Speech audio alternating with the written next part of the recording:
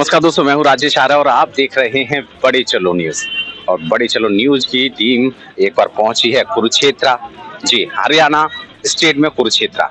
कुरुक्षेत्र के बारे में बहुत बारी आपने सुना होगा। ऐसे हम कुरुक्षेत्र का ब्रह्म सरोवर आपको दिखाने वाले हैं। ब्रह्म सरोवर की तस्वीरें मैं अब आपको दिखाने वाला हूं। मैं बिल्कुल ब्रह्म सरोवर के सामने खड़ा हूं। यहाँ पे कुछ लोगों ने बहुत सारी आइटम्स लगा रखे हैं जो कुछ परचेजिंग के लिए लोग देख सकते हैं, कर सकते हैं। अब मैं आपको ब्रह्म सरोवर का जो मेन एंट्रेंस है वो दिखाने की कोशिश करूंगा। अगर आप ये तस्वीरें देखें तो आपको मेन एंट्रेंस दिखाई देगा यहाँ पर, जहाँ पर इतना बड़ा सा गेट है। अगर मैं गेट की तस्वीर आपको दिखा पा रहा हूँ तो मैं दिखाना चाहूंगा कि गेट कितना बड़ा है और उस गेट से हम लोग एंट्री करेंगे और वो एंट्री हम लोग यहाँ से ले लेते हैं। ऐसे में पूरा गेट इतना बड़ा है और ये तस्वीरें आप देख पा रहे होंगे मेरे साथ। और अब मैं आपको दिखाना चाहूंगा ब्रह्म सरोवर कुरुक्षेत्र का। तो चलिए इन तस्वीरों के साथ हम लोग एंट्री ले लेते हैं और एंट्री के साथ ही आपको जैसा कि यहाँ दिखाई दे रहा होगा कि सिक्योरिटी की भी व्यवस्था है और वो व्यवस्थापक जो हमारे साथ हैं वो हैं। अभी ब्रह्म सरोवर की हम लोग यहाँ पे तस्वीर लेने वाले हैं और यहाँ से हम लोग आगे की तरफ बढ़ते हैं। तो यहाँ पर जैसा कि कौन सी जगह बता रहे हैं आप इसमें? पुरुषोत्तम बाग। यहाँ पर हम आगे की तरफ बढ़ते हुए दिखाएंगे आपको ब्रह्म सरोवर की जो तस्वीरें हैं वो कुछ हैं। एक मंदिर भी यहाँ पर है और उस मंदिर को अगर आप देखें तो बड़ी ही सुंदर तस्वीरें यहाँ पर दिखाई दे रही हैं। मैं यहाँ से वो व्यू दिखाने की आपको कोशिश कर रहा हूँ जिसके लिए लोग तरसते हैं, कई बारी पहुंच नहीं पाते हैं यहाँ तक। तो इन तस्वीरों के थ्रू आप यहाँ पर देखेंगे कि ये जो ब्रह्म सरोवर है वो कुछ इस तरीके से मैं मेरे कैमरामैन को कहूँगा कि वो दिखाएं। और ऐसे में यहाँ की जो तस्वीरें हैं वो आपको यहाँ से दिखाई दे रही होंगी। और अगर एक लंबा व्यू हो सके तो मैं कहूँगा उनसे कि एक लंबा व्यू करके दिखाएं, व्यू को पीछे की तरफ भी दिखाएं क्योंकि लोगों को ये तस्वीरें चाहिए। और हम दिखा रहे हैं यहाँ पर एक मंदिर सा आपको दिखाई दे रहा होगा और इसको भी हम आपको दिखाएंगे, लेकिन उससे पहले हम आपको कुछ और तस्वीरें भी दिखा रहे हैं। यहाँ पर वो अगर आप देख पा रहे होंगे गौर से तो आपको यहाँ पता लगेगा कि बड़ी अच्छी नक्काशी की गई है और इस नक्काशी के थ्रू गणेश जी हैं और महाभारत का लिपिबद्ध करते हुए गणेश जी दिखाई दे रहे हैं। अगर मैं यहाँ पे दिखा पा रहा हूँ तो अगर आप देख पा रहे हैं तो यहाँ पर लिखा भी हुआ है वो सारी चीजें जो इस आकृति पे बना हुआ है। ऐसे 002 करके 003 करके इतनी सारी आकृतियां हैं कि मैं अगर आपको दिखाने की कोशिश करूं तो बहुत सारी यहाँ पर हैं। और ऐसे में आगे की तस्वीरें भी हम आपको दिखाएंगे और हम आगे की तरफ बढ़ते रहते हैं। और मैं अब आपको आगे की तस्वीरें भी दिखाता रहूंगा ऐसे में बहुत। और यहाँ देखिए पक्षी भी बहुत सारे दिखाई दे रहे हैं, ऐसे में कबूतर यहाँ पे आपको दिख पा रहे होंगे। हम आगे की तरफ बढ़ते जाते हैं।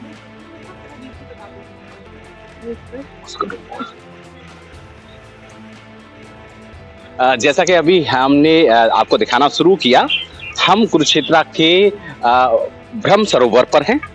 ऐसे में बहुत सारी जानकारियां हमसे छूटती बनती हैं, लेकिन हमारे साथ ही यहाँ पर मिल गए हैं और उनसे अभी मुलाकात की। संदीप जी हैं, संदीप जी हमें पूरा यहाँ पर दिखाएंगे। पहले संदीप जी से मुलाकात करते हैं क्योंकि ये एक अवार्डी हैं, बहुत सारी चीजों को यहाँ हैंडल करते हैं, इतनी जानकारी रखते हैं कि शायद आपको पहले ना मिली हो। सर नमस्कार। नमस्कार जी, जय श्री कृष्णा। सबसे पहले आपको धर्म क्षेत्र कुरुक्षेत्र में जो है आपका स्वागत है। और इस धरा में जो है इतनी वाइब्रेशंस है, इतनी पवित्रता है। और राइट नाउ जिस जगह आप खड़े हो ब्रह्म सरोवर, ये एक्चुअली इसका नाम जो है सतयुग से ब्रह्मासर है। सर मैंने सरोवर और ब्रह्मा द्वारा उत्पन्न। तो इस सरोवर के बारे में जो है मोस्टली जो है सभी लोग महाभारत से जोड़ के इसको देखते हैं। गलत। महाभारत के समय ये साक्षी रहा है, उस समय ये कुंड था। पर उस जब एक्चुअल में क्या था कि जब 4 युग का उत्पन्न हुए थे, सतयुग, द्वापर युग, त्रेता युग और उसके बाद कलयुग। तो उस समय ब्रह्मांड साइंटिफिकली भी ब्रह्मांड बिल्कुल साइलेंट था। कोई स्त्री पुरुष नहीं थी, कोई लताएं पताएं नहीं थी, कोई वृक्ष पशु पक्षी नहीं थे। तो उस समय भगवान विष्णु जी के नाभि से ब्रह्मा जी प्रकट हुए। तो ब्रह्मा जी किसके अंश हो गए? भगवान विष्णु जी के। तो भगवान विष्णु जी ने ब्रह्मा जी को रेस्पॉन्सिबिलिटी दी, दायित्व दिया कि मैं आपको पूरे ब्रह्मांड का विश्वकर्मा घोषित करता हूँ, सृजन आप करोगे, पालन करता मैं रहूंगा, और मेरे ही जो पूर्ण अंश है भगवान शिव वो प्रलय करेंगे। तो जब ये चीज निश्चित हो गई तो उस समय आज की तरह अलग अलग झंडे उठा के पंथ नहीं थे, सनातन धर्म था। तो सनातन में क्या काम किया जाता है कि जब भी कभी कोई शुभ काम किए जाते थे तो उस समय यज्ञ किए जाते थे। और हमारे सनातन धर्म में जो 33 कोटि 33 प्रकार के देवी देवता हैं, उनको उनका भाग अर्पण किया जाता था, उनसे आशीर्वाद लिया जाता था। ठीक है, तो उसी प्रक्रिया को करते हुए ब्रह्मा जी की ने ये यज्ञ वेदी बनाई। तो ये सरोवर जो है आपको जो दिखाई दे रहा है ब्रह्मासर, ये एक्चुअल में सतयुग के समय का ब्रह्मा जी की यज्ञ वेदी है। तो उस यज्ञ वेदी में जब ये बनाई गई तो सभी देवी देवताओं को बुलाया गया, और जितनी नदियां थी और प्रयागराज जिनको तीर्थों का राजा बोला जाता है उनको भी इनवाइट किया गया। ठीक है, तो भी आइए और इस शुभ काम में हमारा आशीर्वाद दीजिए और अपना भाग ग्रहण कीजिए। संदीप जी, आप बहुत अच्छा काम कर रहे हैं। हमारे दर्शक ये जानना चाहते हैं कि आप यहाँ पर क्या हैंडल करते हैं और आप क्या हैं। मैंने आपके बारे में जाना, तो एक अवार्डी भी हैं। आप अपने बारे में थोड़ा सा इंट्रोडक्शन हमें दें। एक्चुअली क्या है कि मैं स्टेट गवर्नमेंट में भी सर्विस भी कर रहा हूँ और ठाकुर जी की कृपा से, और उसके अलावा जो है मैं नेशनल अवार्डी भी हूँ, राष्ट्रपति अवार्डेड भी हूँ। और इसके अलावा साथ में भगवान कृष्ण जी का स्वरूप भी मैंने धारण किया है, और गीता इंटरनेशनल जयंती में भी एज ए सोशल सर्विसेज भी मैं प्रोवाइड करता हूँ, यानी समाज के लिए भी एक क्रिएटिविटी और उनको पॉजिटिविटी, और जितना मेरे से हो पाता है भी मैं कोशिश करता हूँ उनको करने की। और जब उस स्वरूप में धारण करके, उस समय संदीप कौन है साइड में, और उस स्वरूप में धारण करने के बाद तो जितना हो सकता है मैं उस धर्म क्षेत्र में के बारे में। संदीप जी, आप बिलोंग कहाँ से करते हैं, रहने वाले कहाँ के? मेरा जन्म स्थान यहीं से है, और एक्चुअल मेरे पिताजी जो है सिविल हॉस्पिटल में ही थे, हेल्थ इंस्पेक्टर वेद प्रकाश शर्मा जी, और उनका वो भी जो है बहुत अच्छा उन्होंने रोल अदा किया है। और ये वाइब्रेशन जो है गॉड गिफ्टेड है, यानी पिछले जन्मों से है या ठाकुर जी लाडली जी की लीला चल रही है बचपन से। तो संदीप जी, अब मैं चाहूंगा कि आपसे ये ब्रह्म सरोवर है, इसमें बहुत सारी चीजें हम यहाँ से देख पा रहे हैं जिसकी जानकारी हमें नहीं है। हम चाहते हैं हमारे दर्शकों को इसका पूरा व्यू दिखाएं, उसके बारे में पूरी जानकारी दें। हाँ श्योर। तो जैसा ही हम बता रहे थे ना, तो जब सभी 33 कोटि देवी देवताओं को बुलाया गया और सबको, तो जब पूजा अर्चना समाप्त हो गई तो समाप्त होने के बाद ब्रह्मा जी ने सबसे पहले मनु और शतरूपा उनका प्रादुर्भाव किया, उनको प्रकट किया। चलिए संदीप जी, ऐसा करते हैं, ये सारी चीज आप बताते चलिए और साथ में व्यू भी चलता रहेगा। और ऐसे में मैं हमारी खास रिपोर्टर तनुजा मैम से रिक्वेस्ट करूंगा कि वो आगे का कवरेज लें, आगे संदीप जी के साथ ये सारे कवरेज करें और वो दिखाएं कि यहाँ पर क्या क्या है, कैसे कैसे है। तो अब मैं तनुजा मैम से रिक्वेस्ट करूंगा, यहाँ की स्पेशलिटी क्या है, मतलब मोस्टली चीज़ें क्या यहाँ प्रसिद्ध है और क्या क्या चीज़ें यहाँ पर देखने के लिए प्रदर्शन, मतलब जो मतलब लोग आते हैं। तो जैसे मैं बताया जा रहा था तो इस ब्रह्मासर के बारे में, तो जब ये पूजा अर्चना समाप्त होगी ना, तो सबसे पहले देवी देवता जो हमारे 33 कोटि देवी देवता है, 33 प्रकार के देवी देवता है सनातन धर्म में, हिंदू धर्म में, तो उन्होंने सबसे पहले प्रण लिया कि हम इस दिन को, सृष्टि उत्पन्न हो रही है, अभी इस दिन को हम व्यर्थ नहीं जाने देंगे, भी इस दिन हम यहाँ पे निवास करेंगे। और कोइंसिडेंटली जब वो प्रण ले रहे थे ना, तो वो बाई चांस अमावस का दिन था। तो इसीलिए हर अमावस के दिन यहाँ पे इस ब्रह्मासर में, इस ब्रह्म सरोवर में 33 कोटि देवी देवताओं का वास रहता है। और जितनी नदियाँ थी और प्रयागराज, उनको इतनी खुशी हुई सृष्टि उत्पन्न होने की कि उन्होंने जो है प्रण ले लिया कि हम तो हर समय यहाँ पे निवास करें। ठीक है, और जैसे ही उन्होंने पानी का रूप धारण करके इस ब्रह्मासर में प्रवेश किया, यानी ब्रह्मवेदी में प्रवेश किया, तो ये बन गया ब्रह्मासर, यानी सर मैंने सरोवर और ब्रह्मा द्वारा उत्पन्न। तो ये सतयुग से ब्रह्मासर है, जो कलयुग के प्रादुर्भाव के साथ साथ ये ब्रह्म सरोवर कहलाया। और ये कौन सा मंदिर है? ये एक्चुअल जो आप सामने देख रहे हो हाँ जी। वो सर्वेश्वर महादेव मंदिर है।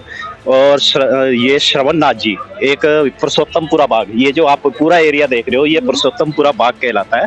उस समय तो यहाँ पे कुरुक्षेत्र की धरती तपोभूमि है, तो यहाँ ऋषि मुनि तप किया करते थे बैठ के। तो एक श्रवणनाथ जी ऋषि थे जिन्होंने यहाँ पे बैठ के तपस्या की थी, और उनमें शास्त्रों में प्रमाणित है कि उनमें इतनी शक्ति थी कि जब कभी यहाँ पे भंडारा चलता था, उनकी सेवा चलती थी, तो जब घी खत्म हो जाता था कढ़ाई में, तो उस ये ब्रह्म सरोवर का पानी वो उस कढ़ाई में डाल देते थे और वही घी बन जाता था। और वो कढ़ाई आज की डेट में जो है, आज भी इस मंदिर के बिल्कुल फ्रंट में श्रवणनाथ जी की हवेली है, और उस कढ़ाई को 800 साल पुरानी कढ़ाई को संजो के रखा हुआ है।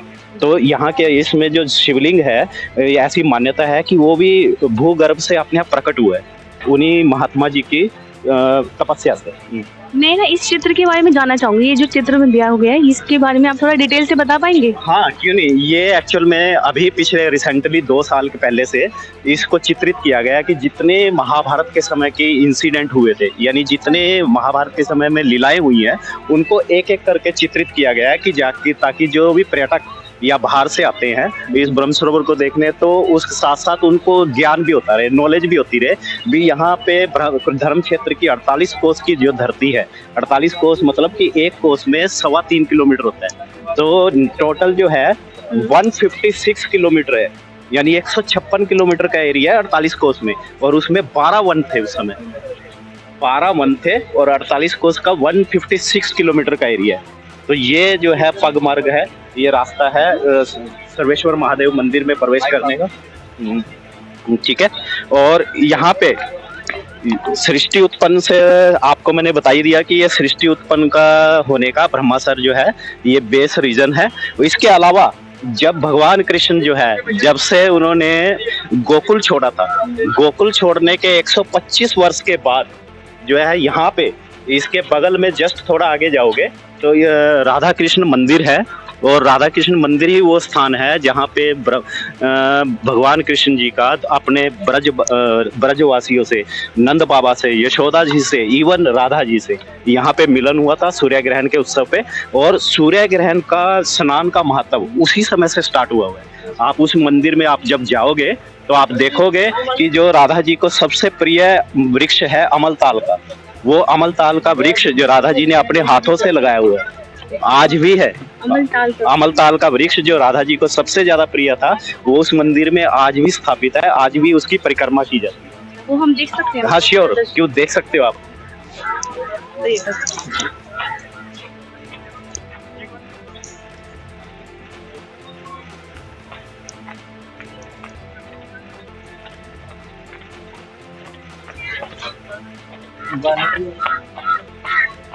और इसके अलावा जो इस ब्रह्म सरोवर के बारे में आप जो है, ये इस लगभग 20 फुट गहरा है, और इसको सबसे बड़ा चैलेंज, एशिया का नंबर 1 सरोवर है, और इसको सबसे बड़ा चैलेंज है इसको मेंटेन करना।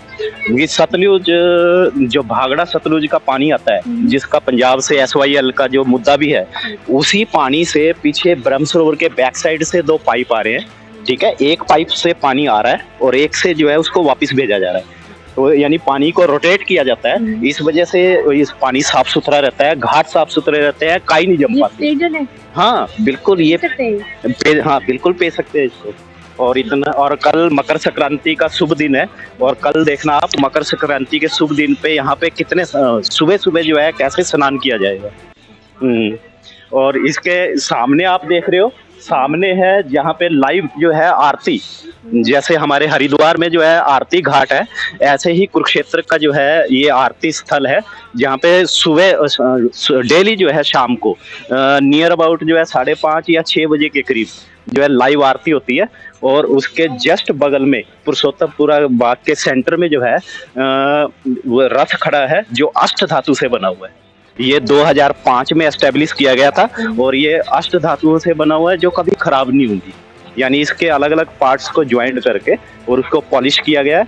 और जब इसको गीता जयंती के उपलक्ष्य में, पावन उपलक्ष्य में, जब इस पे लेजर टेक्निक से जो है इसको हाईलाइट किया जाता है, ओहो बहुत सुनहरा, बहुत अच्छा लगता है। और कब किया जाता है ये? गीता इंटरनेशनल जयंती गीता एक्चुअल में गीता जयंती और गीता उत्सव क्या है कि ये जब भी मनाई जाती है तो ये मोक्षदा एकादशी को बीच में कवर करके मनाई जाती है। हाँ, मोक्षदा एकादशी ही एक्चुअल में वो दिन है वास्तविक कि जब भगवान कृष्ण के मुख से गीता जी प्रकट हुई थी। तो यानी उनको मोक्ष जो संसार के कल्याण करने के लिए गीता जी को प्रकट किया गया।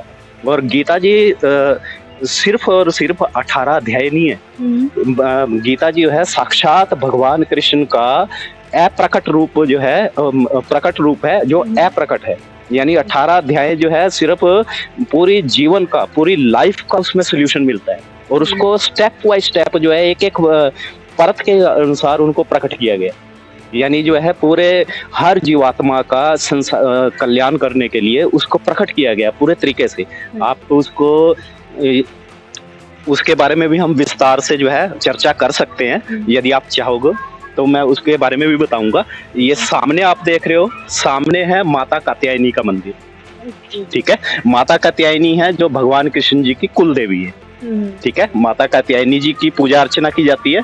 और इसके जस्ट बगल में द्रौपदी कूप है जिसको चंद्रकूप बोला जाता है। और ये चंद्रकूप एक्चुअल में मैं बताता हूँ आपको, आप हैरान होगे और इसे लोगों को जो है ये चीज पता लगेगी कि जो भागवत में 4 कूप हैं, जिसमें भागवत में जो 4 कूप प्रमाणित हैं द्वापर युग के, उसमें से कुरुक्षेत्र की धरती पे जो है 2 कूप है। एक ये चंद्रकूप और एक 51 शक्तिपीठों में से जो माँ भद्रकाली का शक्तिपीठ है कुरुक्षेत्र की धरा पे, उसमें देवी कूप। ठीक है, और चंद्रकूप वो इकलौता ये स्थान है द्वापर युग का कि जहाँ जिस कूप के पास द्रौपदी हट करके बैठ गई थी कि जब तक दुर्योधन या दुशासन मारा नहीं जाएगा मैं उसके खून से जो मैं अपने केस धोऊंगी। तो इस कूप के बगल में द्रौपदी जो है 18 दिन तपस्या करती रही। और हमारे पांडवों में क्रोध किसको आता था सबसे ज्यादा? भीम को। तो भीम जो है ओवर एक्साइटेड होके, ओवर कॉन्फिडेंस में और इतना तिल मिला गया वो गुस्से में कि उसने जो है द्रौपदी के आगे जो ऐसे तिल मिलाते हुए गुस्से में और ऐसे बोला कि हे द्रौपदी, भी ये ले भी हम युद्ध जीत गए हैं और अपना प्रण पूरा करो। तो जब ये चीज बगल में भगवान कृष्ण खड़े हुए थे, ठाकुर जी खड़े हुए थे, उन्होंने मुस्कुराते हुए भीम की तरफ देखा, पांडवों की तरफ देखा कि अरे ये पांडव जिनको मैंने जो है धर्म के पक्ष में निमित्त बनाया है उनमें अहंकार कि हम ही युद्ध जीत गए। तो परमात्मा ठाकुर जी नहीं चाहते थे कि उनमें कोई अहंकार आए। तो उनके अहंकार को, इससे पहले कि वो अहंकार का बीज जो है पौधा बने, उनके अहंकार को खत्म करने के लिए उन्होंने जो है बर्बरीक की तरफ इशारा किया। बर्बरीक कौन है? भीम के बेटे घटोत्कच, घटोत्कच के बेटे बर्बरीक, जिसको आज जो है पूरा संसार खाटू श्याम के नाम से पहचानता है। ठीक है, और बर्बरीक की तरफ इशारा किया क्योंकि बर्बरीक के शीश को जो है यहाँ पे रखा गया था। वहाँ सैरदा गांव से लाके, सैरदा गांव वो गांव स्थान है जहाँ पे जो है स्कंद पुराण में जो प्रमाणित है भी वहाँ पे उस शीश को रखा गया था जहाँ से दिव्य दृष्टि से उन्होंने पूरी महाभारत को देखा था। तो उन पांडवों के अहंकार को खत्म करने के लिए उस शीश को यहाँ लाया गया। और उसके बाद बर्बरीक की तरफ इशारा किया भगवान कृष्ण जी ने कि बर्बरीक, आपने जो है पूरी दिव्य दृष्टि से इस धरा को, इस महाभारत को देखा है, आप बताइए क्या घटा है। तो बर्बरीक जो है मुस्कुराते हुए बोले कि हे केशव, मुझसे क्यों कहलवा रहे हो, करने वाले कराने वाले आप थे। जो है पूरी महाभारत में आपका सुदर्शन चक्र चल रहा था। ये जो कौरव और पांडव जो है धर्म और अधर्म की लड़ाई में एक निमित्त मात्र। तो यहाँ पे जैसे ही उनका अहंकार खत्म हुआ उसके बाद जो है भगवान कृष्ण द्रौपदी की तरफ चले, यानी द्रौपदी की तरफ बढ़े और उनको आशीर्वाद देते हुए बोले कि हे द्रौपदी, भी मैंने तुझे जो है जीवन भर सखा के रूप में भी, मित्र के रूप में भी लेके चला हूँ, बहन के रूप में तेरी रक्षा भी की है। ठीक है, और इसीलिए जो है मैं तेरी तपस्या से खुश होके, प्रसन्न होके मैं ये वरदान देता हूँ कि आज के बाद ये चंद्रकूप द्रौपदी कूप कहलाएगा और यहाँ पे जो भी गुप्त मन्नत मांगेगा, हिडन विश, वो उसकी पूरी होगी। चाहे वो पति पत्नी का रिश्ता क्यों ना हो, आपस में शेयरिंग नहीं करनी। ठीक है, तो ये हाँ उसके बाद, हाँ वो उसके बाद ही, इस लीला के बाद ही ये चंद्रकूप द्रौपदी कूप कहलाया।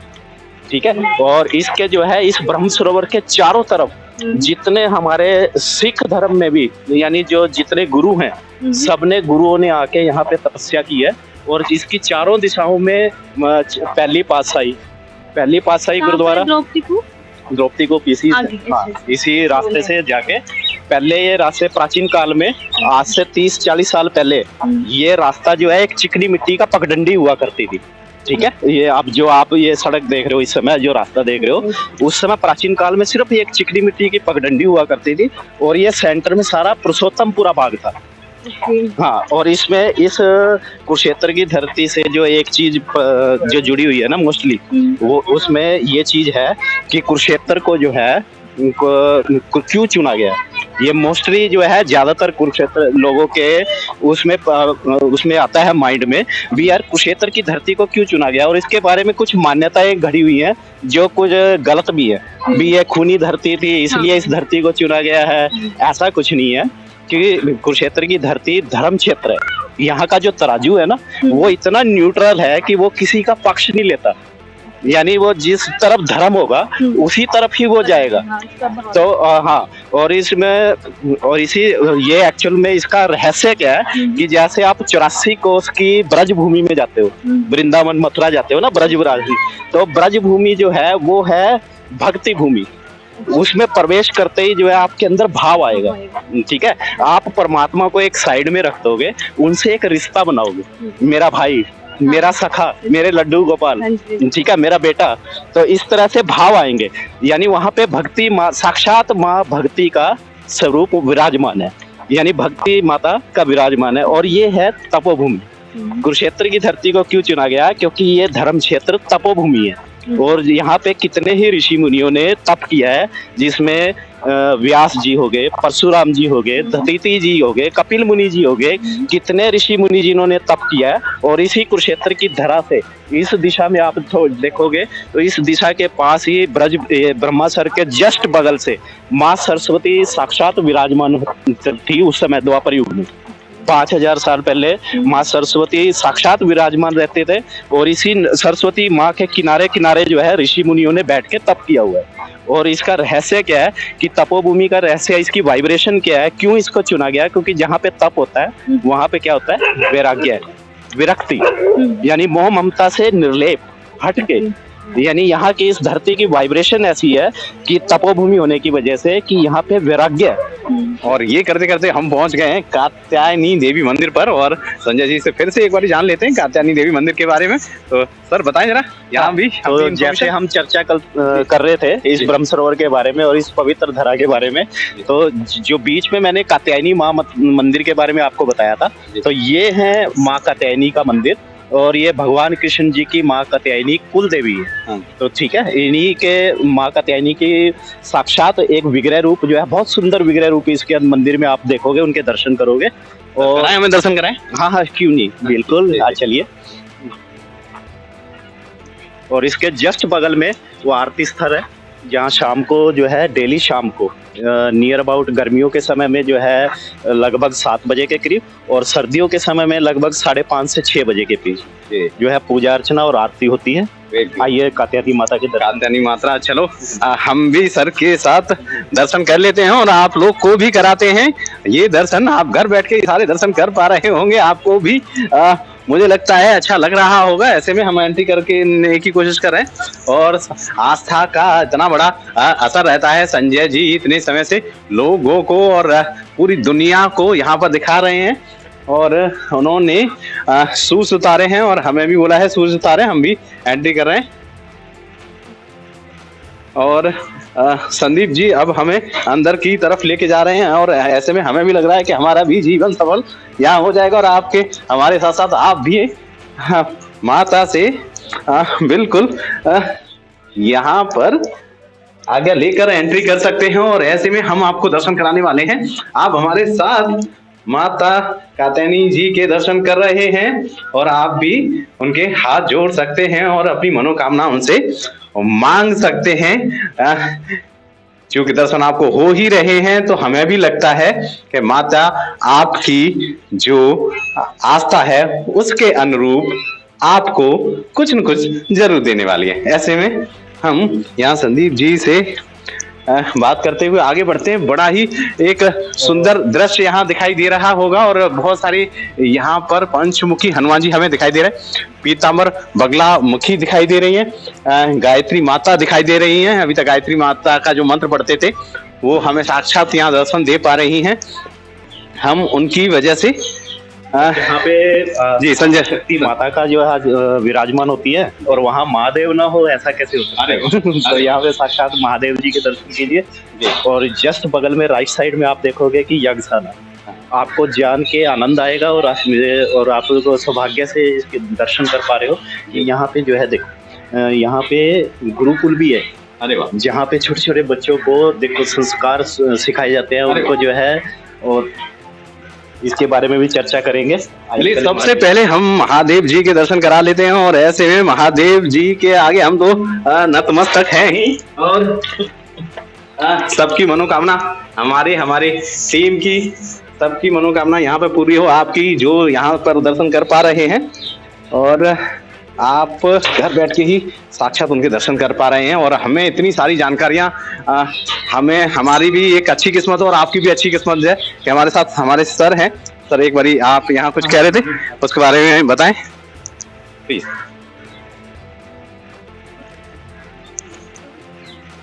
ये है गुरुकुल जो आज यहाँ पे और गुरुकुल में हम लोग दर्शन कराते हुए जा रहे हैं। ऐसे में हम देख रहे हैं कि गुरुकुल के ही एक व्यक्तित्व यहाँ बड़ी आराधना यहाँ कर रहे हैं। हम उनसे पहले परमिशन ले लेते हैं कि सर हमें परमिशन है, आइए मैम। तो ऐसे में हम यहाँ पर वो यज्ञ का एक जहाँ पर यज्ञ होता है, इस यज्ञ जहाँ पर करते हैं, हमें एक्चुअल में इसका नाम पता नहीं क्या बोलते होंगे इसको, लेकिन अग्निकुंड, जी हाँ, अभी हमें मैम ने बताया कि अग्निकुंड है, वहाँ दिखा रहा है। और यहाँ पर वो गद्दी है जहाँ पर बैठ के यज्ञ कराया जाता है। और ऐसे में एक महानुभाव है जो यज्ञ कर रहे हैं, पंडित जी हैं, हमें उनके बारे में पता नहीं, अभी वो आराधना में है तो हम उनसे शायद क्वेश्चन नहीं कर पाए। ऐसे में हम और भी तस्वीरें दिखाने की कोशिश करेंगे। बड़ा ही सुंदर सा माहौल है, एक जो पॉजिटिव इन्वायरमेंट होता है, एक वाइब्रेशन यहाँ पे पॉजिटिव आ रहा है। सरस्वती माँ के दर्शन हम यहाँ पे कर पा रहे हैं, आपको हम दिखाएंगे। सरस्वती माँ है। ऐसे में हम यहाँ पर हम बाहर की तरफ निकल रहे हैं क्योंकि वो आराधना के अंदर हैं। हम यहाँ पे जो पंडित जी हैं उनसे बातचीत तो नहीं कर पाए क्योंकि वो बिल्कुल आराधना के अंदर लीन हैं। और ऐसे में हम और तस्वीरें दिखा रहे हैं आगे की तरफ। जैसा कि अभी संदीप जी ने हमें बताया कि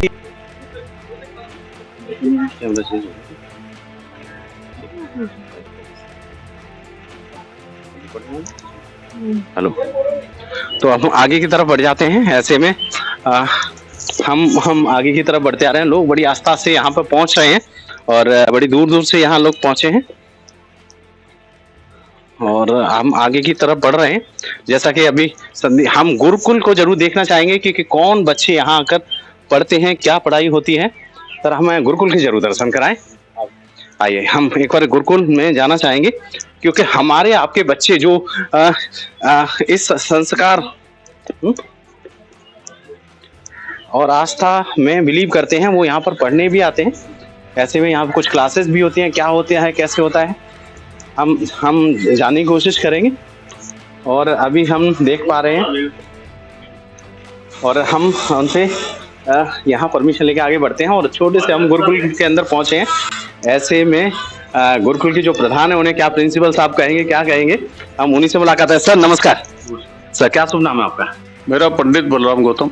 पंडित जी हमें जैसा कि अभी संदीप जी ने बताया कि यहाँ गुरुकुल है, बच्चों को शिक्षा दी जाती है, कैसे चलता है, कैसी शिक्षा है और कौन कौन यहाँ पर आ सकते हैं? यहाँ पे पिछले 32 साल से वेद पाठशाला चल रही है। वेद पाठशाला है गुरुकुल नहीं, और निशुल्क है। बच्चे बाहर से, पंजाब से, उत्तराखंड से, उत्तर प्रदेश से, हरियाणा से, 5-6 स्टेट से बच्चे आते हैं और 5 साल तक कम से कम रह के पढ़ाई करते हैं और निशुल्क है इनका खाना पीना रहना सब। और कैसे चलता है ये तो भगवती बैठी है अंदर साक्षात, मेरे को भी नहीं पता कैसे चलता है। सर कोई हम किसी भी किसी से गवर्नमेंट से या किसी से भी कोई कभी हमें मदद नहीं मिली, जी। उसकी कृपा से ही सब चल रहा है। सर मदद तो मिलनी चाहिए, नहीं मिली है वो अलग बात है, लेकिन कृपा आप पर बरकरार है। ऐसे में मैं ये जानना चाहूंगा कि यहाँ पे किस लेवल की एजुकेशन होती है, उस एजुकेशन का लोगों की जीवन में क्या प्रभाव है और वो उस एजुकेशन से क्या आगे कर सकते हैं? अभी तक 32 साल में कम से कम 5000 बच्चे पढ़ के जा चुके हैं। मेरे पास ऐसे बच्चे भी आए जो ग्रेजुएट थे, +2 भी थे, 10वीं भी थे, और ऐसे बच्चे भी आए जिनको जो कभी स्कूल भी नहीं गए, वो भी सब।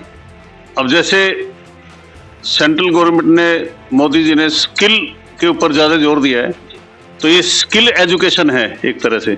बच्चे यहाँ से पढ़ के जाते हैं कर्मकांड और ज्योतिष, और सब अपने अपने इलाकों में, मंदिर में, कहीं पे भी जाके वो अपना परिवार का भरण पोषण करते हैं और खूब बढ़िया करते हैं। अगर लोग आपको सुन रहे हैं और जो इसमें थोड़ा सा भी इंटरेस्ट रखते हैं, तो इसमें क्या फ्यूचर है, थोड़ा सा ब्रॉड करके बताएं, जिससे कि जो हमारे हिंदुओं के अंदर विश्वास रखते हैं, वो लोग इसकी तरफ आकर्षित हों। सनातन धर्म से संबंधित विद्या है ये। हमारा उत्तर भारत के लिए शुक्ल यजुर्वेद है, शुक्ल यजुर्वेद माध्यान्दिनी शाखा, जिसको हम पढ़ाते हैं यहाँ पे। दुर्गा सप्तशती, गीता, शुक्ल यजुर्वेद और ज्योतिष से संबंधित बच्चे यहाँ पे पढ़ते हैं, और सब अपने अपने फिर काम करते हैं जाके अपने अपने इलाके में। सर पढ़ने से मतलब सिर्फ यहाँ क्लासेस होता है, या फिर क्लासेस के अलावा उनका रहन सहन या कुछ इस तरह की व्यवस्था? रहन सहन सब व्यवस्था यहीं पे है। बच्चे जो बाहर से आते हैं सब मेरे घर पे, कुछ घर पे रहते हैं, कुछ यहाँ पे रहते हैं, और उनकी कोई फीस नहीं है, निःशुल्क है सारे।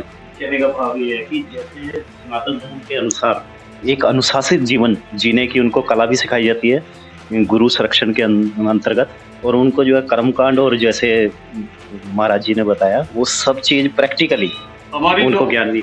जो हमारी पाठशाला है, जैसे प्राचीन समय में ऋषि मुनियों के आश्रम होते थे, उनकी कोई फीस नहीं होती थी, और हमारे धर्म शास्त्र में तो, हमारे सनातन धर्म में तो ऐसा लिखा हुआ है कि जो वेद को बेचता है वो भी नरक में जाता है, और जो पैसे दे के पढ़ता है वो भी नरक में जाता है। तो हमारे सनातन धर्म में कहीं पे भी फीस का कोई उल्लेख नहीं है, कोई प्रावधान नहीं है फीस का। तो बच्चे यहीं रहते हैं और सब यहीं अपने आप बनाते हैं, खाते पीते हैं, सब यहीं पे रहते हैं। सर शिक्षा की बात किया जाए तो इस शिक्षा का जो लेवल है, जैसे एक सर्टिफिकेशन होता है 10वीं 12वीं, इसमें आप लोग इसके लेवल इसको पढ़ाने के बाद देते क्या है? हम कोई सर्टिफिकेट नहीं देते जी। और ना ही कोई ये सर्टिफिकेट वाली पढ़ाई है जी। विद्याओं में सबसे बड़ी अध्यात्म विद्या है। सर्टिफिकेट की विद्या तो वो है, बीए कर लिया, कहीं नौकरी लग गया, तो नौकरी जो है चतुर्थ वर्ण का कार्य है। ये चतुर्थ वर्ण का नहीं है, ये तो प्रथम वर्ण का कार्य है।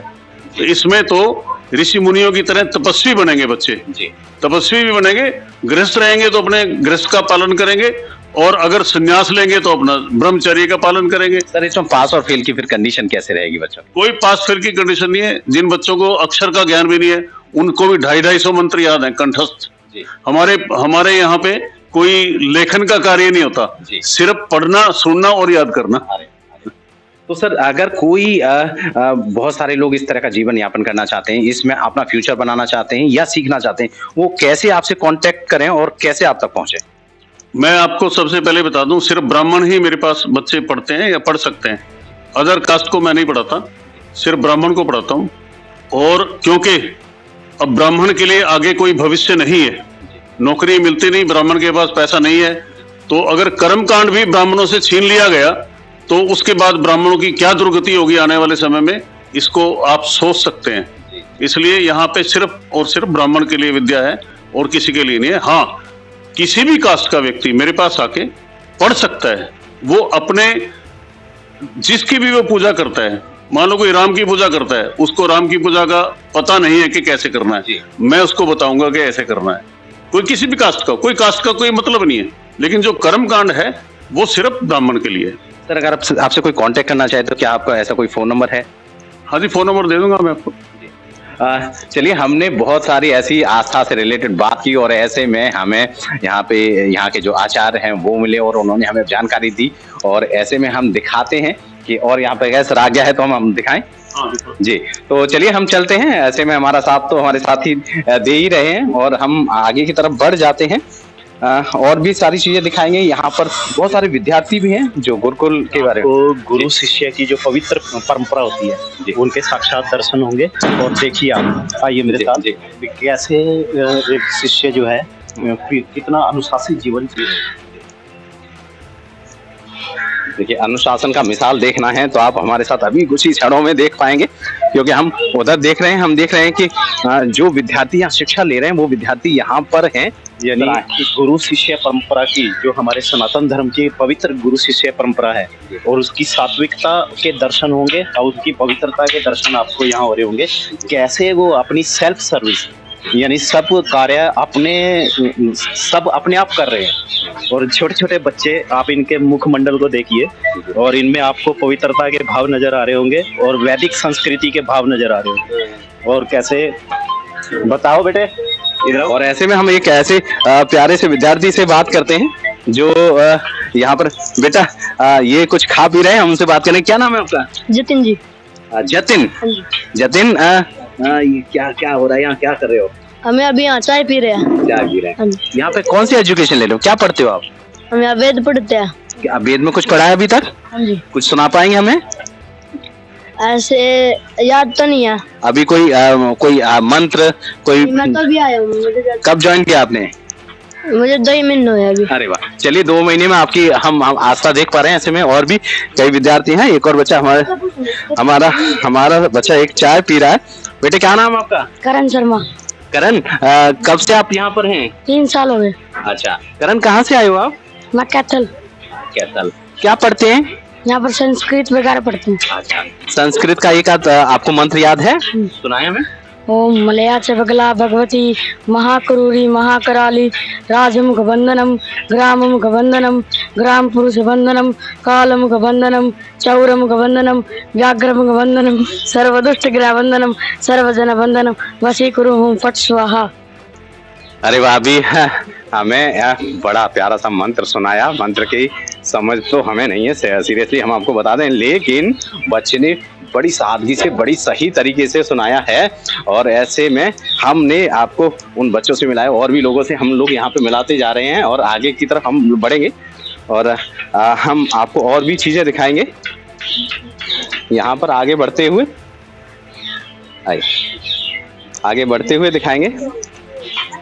और यहाँ पर देख भी रहे हैं लोगों की आस्था यहाँ पर है कुछ, तो आस्था के तौर पर यहाँ पर सब लोग जी के कान में जो है इन्होंने जो भी इनका भाव है या जो भी इन्होंने कहना चाहते हैं, उन्होंने जैसा हमारे शास्त्रों में वर्णित है, तो महादेव जी को जो भी से कुछ कहना होता है तो उसमें नंदी जी का प्रावधान है कि नंदी जी के कान में और आप चुपचाप कह दीजिए तो वो महादेव जी के पास पहुंच जाएगा।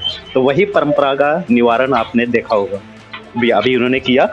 तो आपको इस धरती पे ना, धर्म क्षेत्र पे एक एक वाइब्रेशन नजर आएगी वो पवित्रता की। आपने आश्रम को देखा और वहाँ के रहन सहन को देख रहे हो आप, कितनी वैदिक संस्कृति और कितनी पवित्रता के भाव के आपके साक्षात दर्शन होंगे। और यही इस धरती की, इस धर्म क्षेत्र की पवित्रता है कि इसके कण कण में जो है वो भाव, वो पवित्रता, वो वाइब्रेशंस आपको महसूस भी होंगी, नजर भी आएंगी। आइए आगे चलते हैं। हाँ, ये और अभी ऐसा जैसा कि बताते जा रहे हैं, अभी एक कुआं के बारे में अभी हमें एक चर्चा मिली है, और तो उसके बारे में भी हम देख लेते हैं। चंद्रकूप द्रौपदी, आगे क्या बोले? जो भागवत में चंद्रकूप है द्वापर युग का, पर उसको जब द्रौपदी को वरदान मिला तो उसके बाद वो द्रौपदी कूप बन गया। और ऐसी मान्यता है कि वहाँ पे जो है, जैसे इस धरती पे जो दान दिया जाता है ना, दान का भी एक महत्व है कि 13 गुना बढ़ के उसका फल मिलता है, जो शास्त्रों में प्रमाणित है।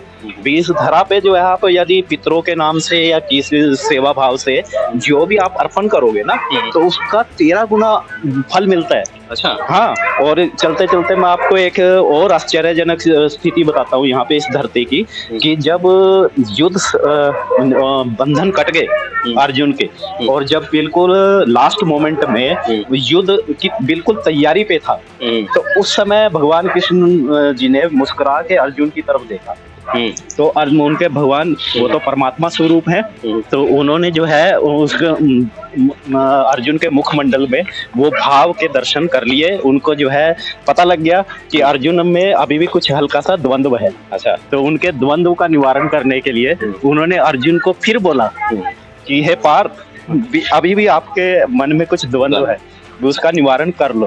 ठीक है, एक हम एक पॉज दे दो। और अब हम बढ़ रहे हैं चंद्रकूप द्रौपदी कूप की तरफ, और उसके बारे में हमें जो चर्चा चल रही थी ना, तो उसी के बारे में मैं बता भी देता हूँ, और तब तक हम द्रौपदी कूप में पहुंच भी जाएंगे। तो जब ये निश्चित हो गया कि अब युद्ध तैयार है, और ज्योति मैंने ज्ञान, और सर मैंने सरोवर, जिस कुंड के बगल में ज्ञान प्रकट हुआ, गीता प्रकट हुई, ज्योति सर, वहां भी आपको जाने का सौभाग्य मिलेगा। यहाँ से नियर अबाउट 7-8 किलोमीटर के दूर है। ठीक है, तो उस समय भगवान कृष्ण ने अर्जुन की तरफ बोला कि आपके मन में अभी भी कुछ संशय है तो उसका निवारण कर लो। ठीक है, तो तब अर्जुन ने बोला भगवान कृष्ण जी को कि केशव कि मेरे सभी बंधन कट चुके हैं, मैं आपके विराट स्वरूप को देख चुका हूँ, और सब जो है सिर्फ एक संशय है भी, अब इस धर्म क्षेत्र में मैं तो पीठ दिखा के जाने नहीं पाऊंगा भी, या तो मैं वीर गति को प्राप्त करूंगा या मैं जो है युद्ध में विजय प्राप्त करूंगा। पर ऐसा कर दो केशव कि जो इस धर्म क्षेत्र में प्रवेश कर जाए वो पीठ दिखा के जाने ना पाए। तो आपको आश्चर्य होगा, और ये प्रमाणित है और आज भी है कि इसकी चारों दिशाओं में आज भी रक्षक खड़े हुए हैं। अरे हाँ, आज जैसे ही आपने हाईवे से पिपली से डाइवर्ट किया होगा कुरुक्षेत्र की तरफ, तो पिपली बीड़ पिपली वहाँ स्थान है। पहला रक्षक जो है बीड़ पिपली में है, वहाँ पे उनका मंदिर भी है। उन रक्षक को बोला जाता है अरंतुक रक्षक।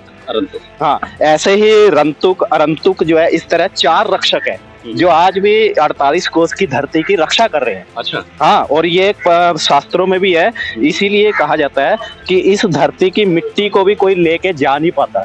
और यदि कोई सोचे कि मैं यहाँ से कुरुक्षेत्र में जो है धन अर्जन करके और उसका बाहर जो है उसका यूज कर लूं, तो वो फलता नहीं है। अच्छा। हाँ, बाहर से आके कोई यहाँ पे अपना व्यापार कर लेगा, वो फल जाएगा। पर इस चारों, क्योंकि इसकी 48 कोस की रक्षा 4 रक्षक कर रहे हैं, तो आज भी वो प्रमाणित है। और आप देख सकते हो चारों के चारों रक्षक के मंदिर भी हैं और आज भी वो चल रहे हैं। और इसी चर्चा के साथ साथ हम श्याम दरबार, चंद्रकूप, द्रौपदी कूप, जिसकी हम चर्चा कर रहे थे, पहले आप जो है मैं ऊपर से दिखाता हूँ आपको। सामने जो आप देख रहे हो ये खंडर, ये खंडर जो है ये मुगलों के अत्याचार की निशानियां आपको दिखा रहा है। अच्छा। हाँ, जब ये मुगलों का राजपाट आया था तो उन्होंने जो है इसके ऊपर एक गुम्बद था बहुत बड़ा, और इसको जो है कवर करके उन्होंने यहाँ पे लगान लगा दिया था कि जो भी हिंदू यहाँ दर्शन करेगा द्रौपदी कूप के, उनको कर देना पड़ेगा, उनको लगान देना पड़ेगा। ठीक है, तो आप ये वो द्वापर युग का चंद्रकूप है, जिसको जो है द्रौपदी को जब आशीर्वाद दिया भगवान कृष्ण जी ने, तो ये द्रौपदी कूप कहलाया। ठीक है, और इसके साथ जो मैं आपको बता रहा था, इस धर्म क्षेत्र, हाँ, इसकी मान्यता है ये कि जो 4 कूप आपने जो है भागवत में पढ़े होंगे, जिसमें चंद्रकूप और 2 चंद्रकूप और देवी कूप कुरुक्षेत्र की 48 पूरी धरती पे है, कुरुक्षेत्र की स्थल पे है, जिसमें 51 शक्तिपीठ में जो भद्रकाली का माँ शक्तिपीठ का वहाँ पे है देवी कूप, और ये है चंद्रकूप। तो इसी चंद्रकूप के पास द्रौपदी ने हट करके बैठ गई थी कि जब तक दुर्योधन या दुशासन मारा नहीं जाएगा, उनके के खून से मैं अपने केस धोऊंगी। तो हमारे पांडवों में क्रोध किसको आता था? भीम को। तो भीम जो है ओवर एक्साइटेड होके, ओवर कॉन्फिडेंस में, जब यहाँ पे विक्ट्री पोल, जैसे आप ये झंडा देख रहे हो, तो ऐसे ही युधिष्ठिर ने यहाँ पे विक्ट्री पोल स्थापित किया युद्ध समाप्त होने के बाद, युद्ध जीतने के बाद। ठीक है, तो विक्ट्री पोल के बाद सभी पांडव खड़े हुए थे, और पांडव जो है उसकी जीत का जश्न मना रहे थे, खुशी मना रहे थे। तो इतने में जो है क्रोध में तिलमिलाता हुआ जो है भीम आया, और उन्होंने ओवर कॉन्फिडेंस में, ओवर एक्साइटेड होके, गुस्से में इतना तिलमिलाया हुआ था कि उन्होंने इसी कूप के पास द्रौपदी के सामने बोला कि हे द्रौपदी, भी हम जीत गए हैं, अपना प्रण पूरा करो। तो भगवान कृष्ण बगल में खड़े हुए थे, उन्होंने मुस्कुराते हुए भीम की तरफ देखा कि अरे, जिन पांडवों को मैं धर्म के पक्ष में जिनको निमित्त बनाया उनमें अहंकार, तो वो नहीं चाहते थे कि पांडवों में कोई अहंकार आए। उनके अहंकार को खत्म करने के लिए उन्होंने बर्बरीक की तरफ इशारा किया। बर्बरीक कौन है? भीम के बेटे घटोत्कच, घटोत्कच के बेटे बर्बरीक, जिसको आज पूरा संसार खाटू श्याम के नाम से जानता है। तो खाटू श्याम जो का शीश जो रखा गया था वो शारदा गांव है यहाँ से 20 किलोमीटर आगे, वहाँ पे रखा गया था। उस शीश को ला के यहाँ पे स्थापित किया गया और भगवान कृष्ण जी ने उनकी तरफ इशारा किया कि बर्बरीक, आपने दिव्य दृष्टि से पूरी महाभारत देखी है, आप बताओ कि क्या घटा था? मंजिल क्या थी? पांडवों के अहंकार को खत्म करना। ठीक है। और पांडव बर्बरीक ने मुस्कुराते हुए बोला कि केशव, मुझसे क्यों कहलवा रहे हो? करने वाले कराने वाले आप थे। पूरी महाभारत में आपका सुदर्शन चक्र चल रहा था और कौरव और पांडव जो है धर्म और अधर्म की लड़ाई के एक सिर्फ निमित्त मात्र थे। ठीक है। जैसे ही उनका अहंकार खत्म हुआ उसके बाद भगवान कृष्ण जो है द्रौपदी जो इस कूप के पास बैठ के तपस्या कर रही थी उनके पास आए और उनको आशीर्वाद देते हुए बोले कि हे द्रौपदी, कि मैंने तुझे जो है सखा के रूप में, मित्र के रूप में भी जीवन भर साथ लेके चला हूँ और साथ में जो है तुझे बहन के रूप में तेरी रक्षा भी की है। तो इसलिए मैं तेरी तपस्या से खुश होके ये वरदान देता हूँ कि जो भी यहाँ पे हिडन विश, गुप्त मन्नत मांगेगा, यानी पति पत्नी का रिश्ता भी क्यों ना हो, वो शेयरिंग नहीं करना। ये यहाँ की मान्यता है, क्योंकि भगवान कृष्ण की भक्ति, भगवान नारायण की भक्ति एक ऐसी भक्ति है कि उनको गुप्त भाव पसंद है। वो कहते दिखावा नहीं, वो कहते हैं कि मुझे सिर्फ आप तुलसी का पत्ता अर्पण कर दो मुझे पर दिखावा मत करो। तो इसीलिए गुप्त मन्नत का यहाँ का प्रावधान है और यहाँ पे एक रीत है। यानी ये जो कूप देख रहे हो ना आप, इसका रहस्य आप जानोगे और पूरा संसार तो उनको अचंभित हो जाएंगे। ये द्रौपदी कूप बनने के बाद जब उसको वरदान मिला तो ये खाली द्रौपदी कूप नहीं है, ये साक्षात जो है द्रौपदी का खप्पर है। खप्पर मतलब कि जब विराट स्वरूप दिखाया था ना भगवान कृष्ण जी ने, तो वहाँ पे जो एक स्वरूप के मुख से ज्वाला निकल रही थी और पूरे जीवात्माओं को जो जो इसमें इस विनाश लीला में शरीर छोड़ रहे थे उनको अपने मुख में समाहित कर रहा था काल।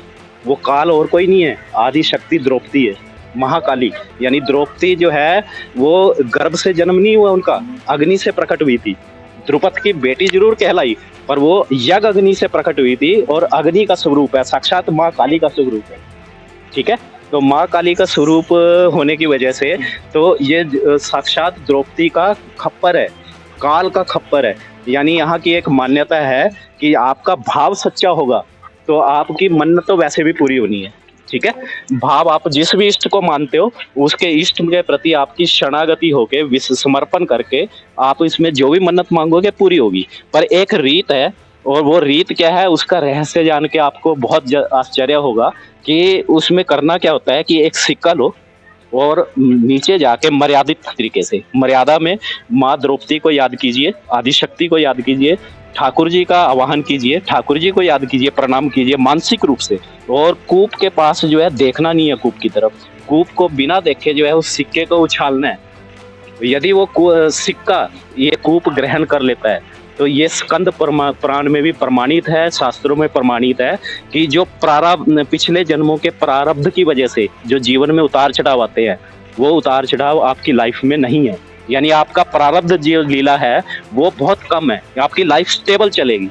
हाँ, यदि वो सिक्का जो है नहीं जा पाता, कूप जो है ग्रहण नहीं करता, तो इट मीन्स ये 100% ट्रू है कि आपके जीवन में प्रारब्ध के अनुसार कुछ ना कुछ उतार चढ़ाव आएंगे। पर उसकी वजह ये नहीं है, उसका मतलब ये नहीं है कि आप उससे डरो।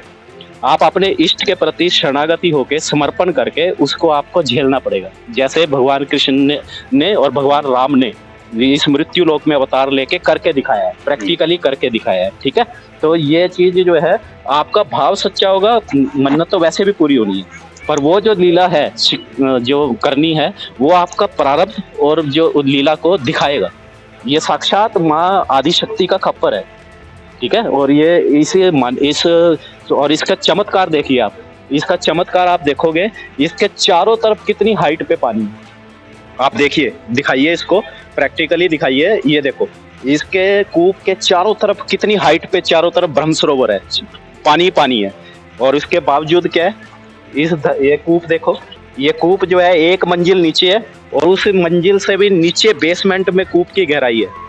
आज से 25-30 साल पहले भी इसमें जो है जो पानी का लेवल था वो काफ़ी ऊपर था। और आप जान के आश्चर्य होगा आपको कि इस कूप में हर अमावस के दिन जो पानी था वो चरणामृत बन जाता था, वाइट कलर का, बिल्कुल दूधिया कलर का।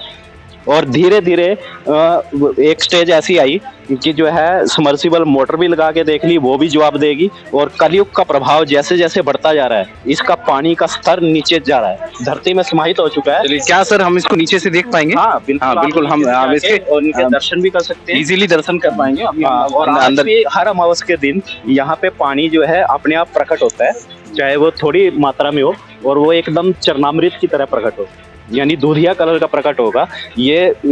और ये जो अवशेष हैं ये मुगलों के अत्याचार की निशानी है। ठीक है, आइए चलिए हम आपको दर्शन कराने की कोशिश करते हैं उस कूप की, जिसके बारे में इतनी सारी जानकारियां आपको मिली। और जैसा कि मान्यता है, अगर आपको लगता है कि यहाँ पर आके आपको कोई मन्नत मांगनी है तो आप अपनी मन्नत को पूरा कर सकते हैं। और जैसा कि अभी सर ने हमें बताया कि ये खाटू श्याम जी का मंदिर है, उसके भी हम आपको दर्शन कराते हैं। हम अंदर आने की कोशिश कर रहे हैं और हम दिखाते हैं, साक्षात दर्शन आपको यहाँ पे मिलेंगे। और इतना सुंदर प्रतिमा है, और ऐसे में साक्षात हम यहाँ पे उनको दिखा पा रहे हैं। और हम अंदर जाके दर्शन करेंगे। और ऐसे में हम हमसे कहेंगे बिल्कुल तो अभी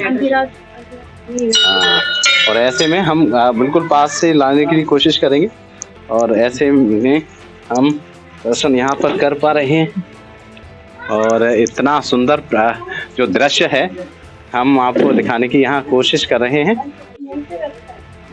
ये जो यही लीला जो हम चर्चा कर रहे थे कि ये बर्बरीक जी का शीश, उसी महाभारत में जब पांडवों के अहंकार को खत्म किया गया तो उस शीश को लाके सैरदा गांव से जो है शीश को लाके स्थापित किया गया इसी जगह पे। ये उसी स्वरूप को प्रदर्शित कर रहा है, चिन्हित कर रहा है भी कैसे जो है बर्बरीक की और ठाकुर जी नीचे विराजमान है लाडली जी के साथ, बगल में गणेश जी के दर्शन हो रहे हैं। ठीक है, और वही लीला आपको साक्षात जो दिखाई जा रही है। और इसके राइट साइड में जी, और ये दर्शन आप अभी देख पा रहे होंगे।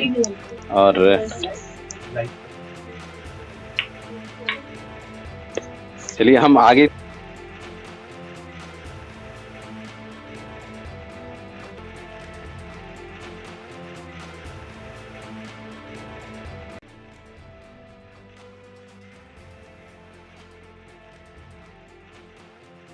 अग्नि से प्रकट हुई है और साक्षात आदि शक्ति महाकाली का स्वरूप है। तो द्रौपदी जी को यहाँ पे वरदान मिला है, जिस वरदान की मैंने चर्चा हुई है, ठीक है, जिसके बारे में बताया गया। द्रौपदी को साक्षात भगवान कृष्ण जी ने जो है उनको वरदान दिया यहाँ पे, गुप्त मन्नत मांगने, गुप्त मन्नत पूरी होती है यहाँ पे। अच्छा, तो ये प्रमाणित भी है।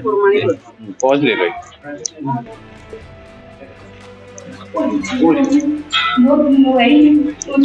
और ऐसे में हम सीढ़ियाँ नीचे उतर रहे हैं, और सीढ़ियाँ का जो साइज है वो बड़ा है, जो मोस्ट ऑफ हम लोग देखते हैं। और ऐसे में हम यहाँ पहुँच गए हैं।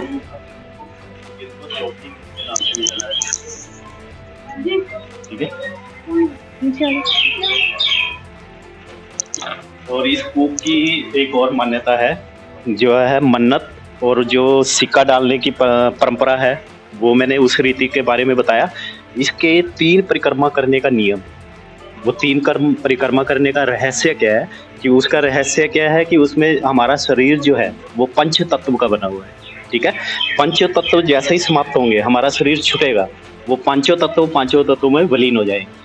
तो हमारा जीवन की जो लीला चलती है वो 3 गुणों हमें नचाते हैं जीवन भर। शरीर छूटने के बाद भी वो 3 गुण हमारे साथ रहेंगे, सतोगुण, रजोगुण और तमोगुण। तो इसलिए 3 परिक्रमा करते हुए और भगवान कृष्ण जी को याद करते हुए ये बोला जाता है अंदर अंदर, ओम नमो भगवते वासुदेवाय का मंत्र उच्चारण करते हुए कि हे प्रभु, कि हे ठाकुर जी, कि मेरे 3 गुणों की वजह से जाने अनजाने में मुझसे जो भी गलतियां हुई हैं उनको क्षमा करें और हमें अपने चरणों में वास दें, और हम आगे हमारे जीवन को कल्याण करें। ठीक है, इसलिए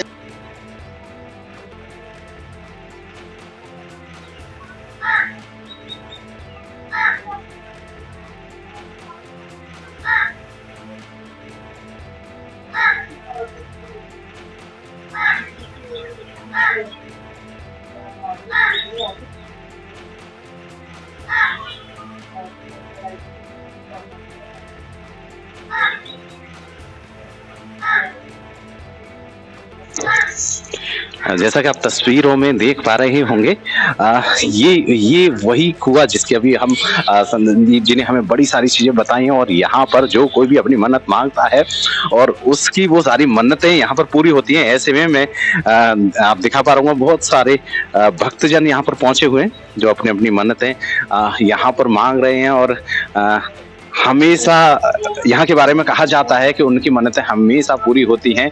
तो यहाँ पर लोग जो पहुंच रहे हैं, मैं वो कुआं आपको दिखा रहा हूँ जहाँ पर ये मन्नतें यहाँ पे पूरी हो जाती हैं। और इसकी गहराई क्या है वो हम नाप तो नहीं पा रहे हैं, लेकिन अंदाजन बता दें कि लगभग 20 से 30 फुट यहाँ पे हमें लगभग दिखाई दे रहा है। और ऐसे में मैं और भी तस्वीरें यहाँ दिखाने की कोशिश करूंगा, और यहाँ से मैं ऊपर भी दिखाने की कोशिश कर रहा हूँ। वो हम जिस लेवल पर खड़े हैं, अगर आप उस लेवल को यहाँ से काउंट करें तो जो बाहर जो सरोवर है, वो जो पानी है वो इससे कहीं ऊंचाई पर है। बट कमाल की बात यह है कि इसकी गहराई को देखें तो पानी की एक बूंद भी यहाँ पर नहीं है। उसका लेवल और इसका लेवल चेक किया जाए तो हम ज्यादा गहराई पर हैं, लेकिन सरोवर का जो पानी है वो बिल्कुल ऊपर है। नियम ये बनता है कि पानी भी इस लेवल पर यहाँ तक पहुंचना चाहिए, लेकिन ऐसा नहीं है। तो ऐसे में ये अपने आप में कमाल है। लेकिन हमारे भारतीय संस्कार के अंदर, देश के अंदर, हिंदुत्व के अंदर ये सारी चीजें बहुत मान्यतापूर्ण मानी जाती हैं। और यहाँ पर सब लोग अपनी अपनी आस्था लेकर आ रहे हैं, और हम उम्मीद करते हैं, भगवान से भी प्रार्थना करते हैं कि उन सब की ये आस्थाएं बिल्कुल पूरी हो।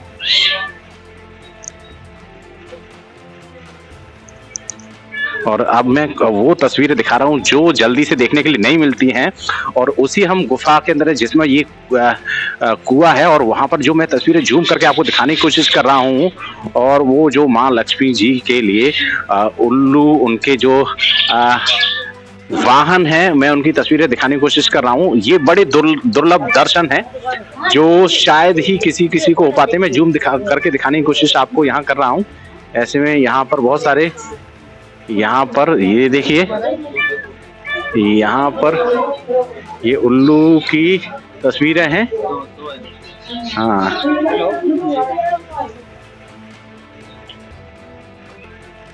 जिस रीत के बारे में मैंने आपको बताया था, जिसके बारे में चर्चा की गई है, वो पवित्र रीत, ठीक है। आपका भाव सच्चा है, मन्नत तो वैसे भी पूरी होनी है, ठीक है। ये जो है ये कूप, जब से उसको चंद्रकूप का वरदान मिला है, उसके बाद जो है ये साक्षात माँ आदि शक्ति का, द्रौपदी माँ का खप्पर है, जो महाभारत के समय का। माँ द्रौपदी जो है अग्नि से प्रकट हुई हैं, उनका गर्भ से जन्म नहीं हुआ, तो वो महाकाली का साक्षात स्वरूप है। तो ये खप्पर है, और इसकी एक रीत है जो मैं आपको करके दिखा रहा हूँ भी कैसे है। और इसकी रहस्य क्या है कि यदि ये कूप जो है ये सिक्का ग्रहण कर लेता है, तो आपके पिछले जन्मों के प्रारब्ध की वजह से जो जीवन में उतार चढ़ाव आते हैं वो नहीं आएंगे। इट मीन्स कि वो निशानी है, स्कंद प्रमाण में ये प्रमाणित है, शास्त्रों में भी, कि यदि ये सिक्का ये कूप ग्रहण कर लेता है तो आपके जीवन में उतार चढ़ाव नहीं है, आपकी लाइफ स्टेबल है। हाँ, यदि ये सिक्का ग्रुप ग्रहण नहीं करता तो ये 100% ट्रू है कि आपके जीवन में फ्लक्चुएशन आएंगी, आपकी लाइफ में उतार चढ़ाव आएंगे आपने पिछले प्रारब्ध की वजह से। पर इसका मतलब ये नहीं है कि आप लोगों ने डरना है। सभी जीवात्माएं उसको जो है साक्षी बन के, जैसे भगवान कृष्ण जी ने और भगवान राम ने इस मृत्यु लोक में अवतार लेके प्रैक्टिकली करके दिखाया है कि प्रारब्ध को झेलना कैसे है। भी उसको साक्षी बन के हमें वो उसको झेलना है, उसको जो है उसका निवारण करना है, ठीक है। तो ये मैं रीत करके दिखाता हूँ भी। मानसिक रूप से जो है कूप की तरफ आपने देखना नहीं है, ठीक है। मन ही मन में जो है मानसिक रूप से भगवान कृष्ण को याद करके और माँ द्रौपदी का आशीर्वाद लेने के लिए उनको याद करके और सिक्के को पीछे की तरफ उछालना है, ठीक है। और जैसे ही ये सिक्का जो है यदि कूप ग्रहण कर लेता है तो जो मैंने बताया है वो सत्य है, ठीक है।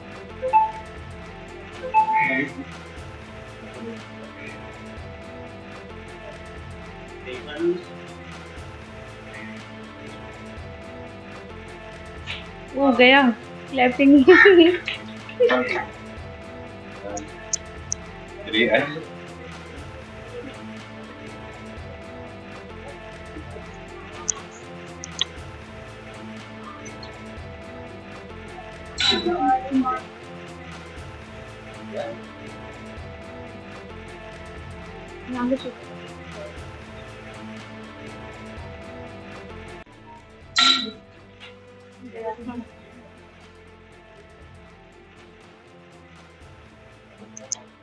और जैसा कि तस्वीर में आप देख ही पा रहे होंगे कि लोग आस्था के अनुरूप ऐसा कर रहे हैं। और इससे जैसा कि अभी सर ने हमें बताया कि क्या होने वाला है।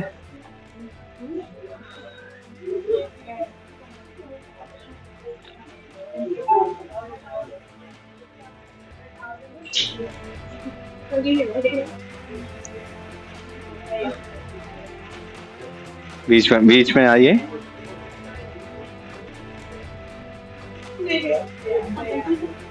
चला गया और सबने अपने मन की जो कामना थी और जान भी लिया कि उनके जीवन पे जो असर हो रहा है वो कैसा है। तो चलिए अब आगे बढ़ते हैं। तो ये दिव्य रथ है जो अष्ट धातुओं से बना हुआ है और जिसकी स्थापना जो है 2005 में हुई थी। और इसमें जो है अष्ट धातुओं को इनबिल्ड करके और उसके ऊपर पॉलिशिंग करके जो है इसको सजाया गया है। और आप देख सकते हो साक्षात भगवान कृष्ण जो है सारथी का स्वरूप धारण किए हुए हैं और साथ में गांडीवधारी जो है अर्जुन जो है पीछे भगवान कृष्ण जी से मंत्रणा कर रहे हैं, उनसे विचार विमर्श कर रहे हैं, उनसे जो है ज्ञान प्राप्त कर रहे हैं। और इसी दृश्य को दिखाया गया है कि इस धर्म क्षेत्र कुरुक्षेत्र में जिसके पक्ष में भगवान कृष्ण रहेंगे, परमात्मा रहेंगे, तो उनकी विजय निश्चित है। और उसको इस रथ को आप चारों तरफ से इसको निहारने की कोशिश कीजिए, आपको एक दिव्य आभा नजर आएगी।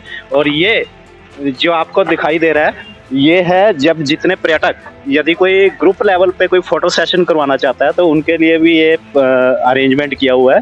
तो ये बकायदा जो है फोटोग्राफी का टेंडर पास किए जाते हैं, ठेका दिया जाता है, ठीक है। और उसके बैक साइड में आप देख सकते हो वहाँ पे वो काउंटर है, वहाँ से उसका प्रिंट आउट निकाल दिया जाता है, ठीक है। और इस रथ को जो है चारों तरफ से आप करिए विजिट मारिए तो आपको एक दिव्य आभा नजर आएगी।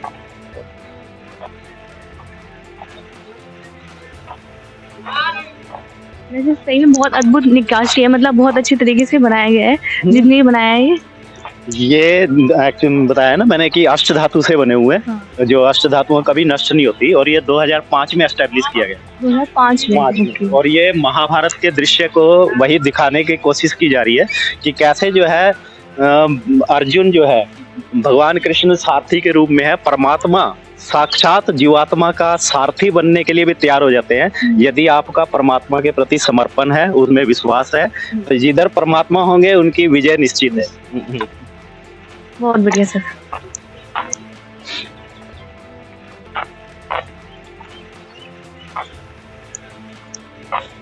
सर आप अमरूद खाओ। तो इस दिव्य रथ के जो है दर्शन करने के बाद फिर मैं आपको जो है इस समय पॉइंट पे जहाँ आप सेंटर पॉइंट पे खड़े हो पुरुषोत्तमपुरा बाग को जिसके नाम से जानते हैं, इसके चारों दिशाओं में कौन कौन से तीर्थ है और उनका रहस्य क्या है वो एक शॉर्ट में मैं बताने की कोशिश करूंगा। आप जो है इस दिशा में जिस तरफ मैं इशारा कर रहा हूँ इस दिशा में जो है नियर अबाउट 7 किलोमीटर आगे चलने के बाद जो दिल्ली नेशनल हाईवे पे पड़ता है जिसका गाँव का नाम है अमीन, ठीक है। अमीन ही वो गांव है जिसको अभिमन्युपुर बोला जाता है, जिसको अदिति वन बोला जाता है। यानी 48 कोस की धरती पे कुरुक्षेत्र के 12 वन है जिसमें से अदिति वन वो कहलाता है। और अदिति वन वो दुर्लभ जगह है, वो अभिमन्युपुर वो जगह है जहाँ पे अभिमन्यु को घेर के चक्रव्यूह में बांध के मारा गया था। आज भी वहाँ पे अदिति कुंड है। अदिति जो है माँ अदिति कौन है? देवताओं की माता। तो माता अदिति ने वहां पे उस कुंड के बगल में तपस्या की थी कि जब देवता बार बार राक्षसों से हार जाते थे और अपना इंद्रलोक जो है हार जाते थे तो अदिति के मन के माँ के एक वेदना प्रकट हुई कि अरे ऐसे पुत्रों को मैंने जन्म दे के क्या फायदा जो बार बार देवताओं से हार जाते हैं, तो मैं ऐसा पुत्र रत्न प्राप्त करूंगी अपनी तपस्या से जो देवताओं को जो है उनका वापिस उनका कार्य भार वापस दिला पाए। तो उन्होंने माँ अदिति ने उस अदिति कुंड के बगल में तपस्या की और भगवान सूर्य नारायण से साक्षात पुत्र के रूप में सूर्य भगवान प्रकट हुए, जिनको मार्कंडे के नाम से उनका नाम पड़ा। और उन्होंने राक्षसों का संहार करके देवताओं को, अपने भाइयों को उनका राजपाट वापिस अर्पण किया। और वही वो दुर्लभ जगह है जहाँ पे अभिमन्यु को घेर के मारा गया था। ठीक है, और इस डायरेक्शन में जो आप जाओगे तो इस डायरेक्शन में नियर अबाउट 1.5 किलोमीटर, ठीक है, पश्चिम दिशा, जिसको पश्चिम दिशा बोलते हैं, 1.5 किलोमीटर के बाद अब कर्ण का टीला है, जहाँ पे कर्ण जो है दान दिया करता था। उसके नीचे से बेसमेंट एक गुफा जाती है, जो नेशनल हाईवे पे आप दिल्ली जाते हुए करनाल आएगा रास्ते में, जिसको कर्ण की नगरी बोला जाता है। वो द्वापर युग में अंगराज था, जो दुर्योधन ने सबसे बड़े दानी, ठीक है, तो कर्ण वही अंगराज था जो है दुर्योधन ने जो है कर्ण को दिया था। वो बाद में कर्ण के नाम से वो करनाल पड़ा। तो वहां से एक गुफा चलती थी, उस गुफा से पैदल मार्ग से वो चलता था और इस कर्ण के टीले पे निकलता था। वहां पे उसने कर्ण की लीला होती थी दान देने की। श्योर।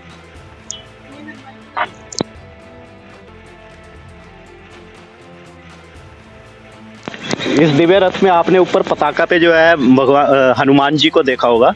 हनुमान जी के प्रति जो है मोस्टली लोगों का एक शंका रहती है कि महाभारत में हनुमान जी का विराजमान होने का रहस्य क्या है। ठीक है, तो भगवान कृष्ण को जो है हनुमान जी जो है पहचान चुके थे कि मेरे राम जो साक्षात कृष्ण का स्वरूप धारण करके आए हैं। तो जहाँ भगवान राम की लीला होती है या भगवान के वो, तो वहाँ पे विराजमान हनुमान जी किसी ना किसी रूप में कार्यभार जो है वो ग्रहण कर ही लेते हैं। तो उन्होंने भगवान कृष्ण से प्रार्थना की थी कि प्रभु, मैं आपको पहचान चुका हूँ कि आप मेरे प्रभु राम हो, जो कृष्ण के रूप में आए हो, पर आपकी जो लीला होगी मैं उसमें मुझे कुछ ना कुछ दायित्व जरूर दीजिए।